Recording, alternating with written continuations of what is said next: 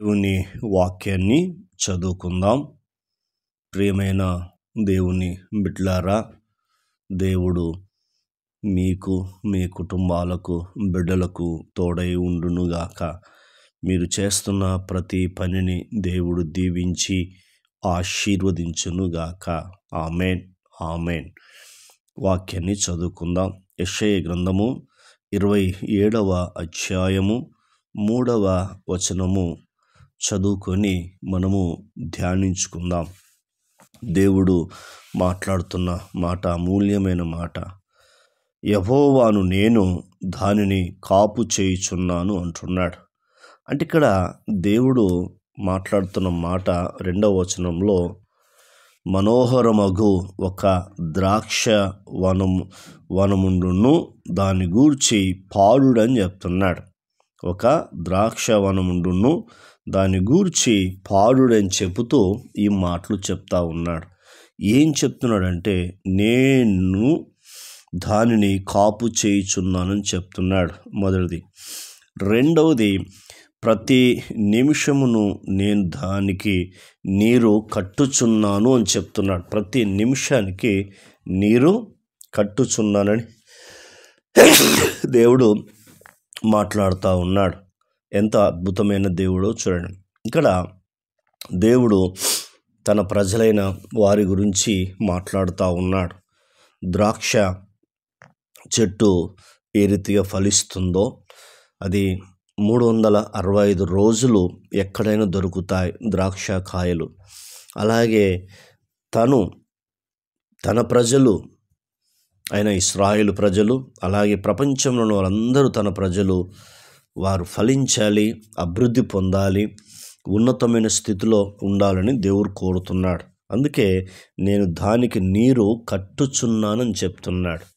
తర్వాత మూడోది మాట్లాడుతున్నాడు, ఎవడును దాని మీదికి రాకుండున్నట్లు. చూసారా, ఎవడును దాని మీదికి రాకుండున్నట్లు అని చెప్తా ఉన్నాడు.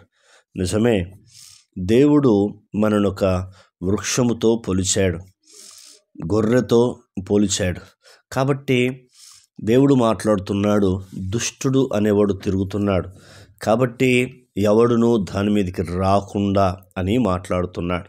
అంటే దేవుడు మనకు ఎంత కాపుదల భద్రత ఇస్తున్నాడో మనకు ఈ వాక్యం ద్వారా అర్థమవుతా ఉంది.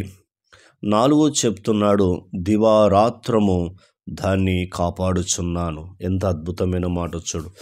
దివారాత్రం ఏం చేస్తున్నానంటే దాన్ని కాపాడుతున్నానని దేవుడు మాట్లాడుతూ ఉన్నాడు.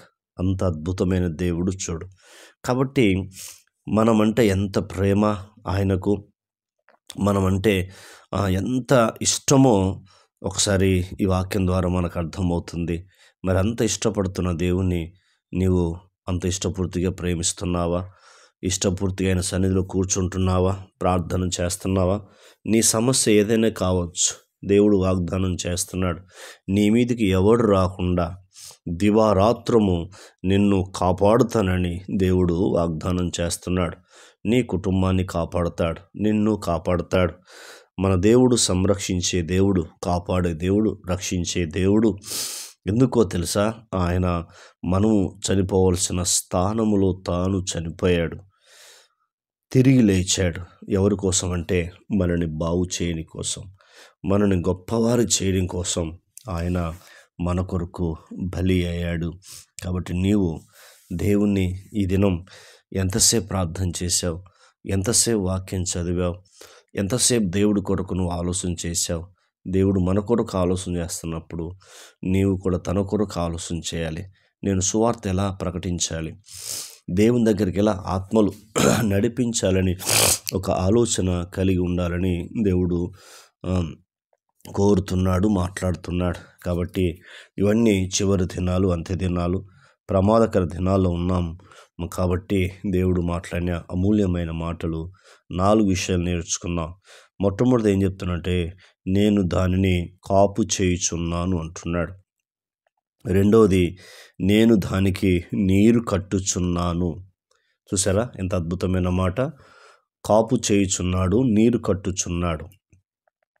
తర్వాత ఎవడునూ దాని మీదకి రాకుండాన్నట్లు, మూడవది ఎవడు దాని మీదకి రాకుండాన్నట్లు, నాలుగవది దివారాత్రము దాన్ని కాపాడుచున్నానని దేవుడు వాగ్దానం చేస్తున్నాడు. మరి తీర్మానం చేసుకుందాం. దివారాత్రము కాపాడే దేవుడు, ఆయనకు మనం కృతజ్ఞతలు స్తోత్రములు చెల్లిద్దాం. కన్న తండ్రి, నీకు వందనాలు. విన్న మాటలకై మీకు స్తుతి కలుగునుగాక, మీకు మహిమ కలుగునుగాక అని అడుగుచున్నాం. ఈ మాటలు దుష్టతకు పోకుండా సహాయం చేయండి.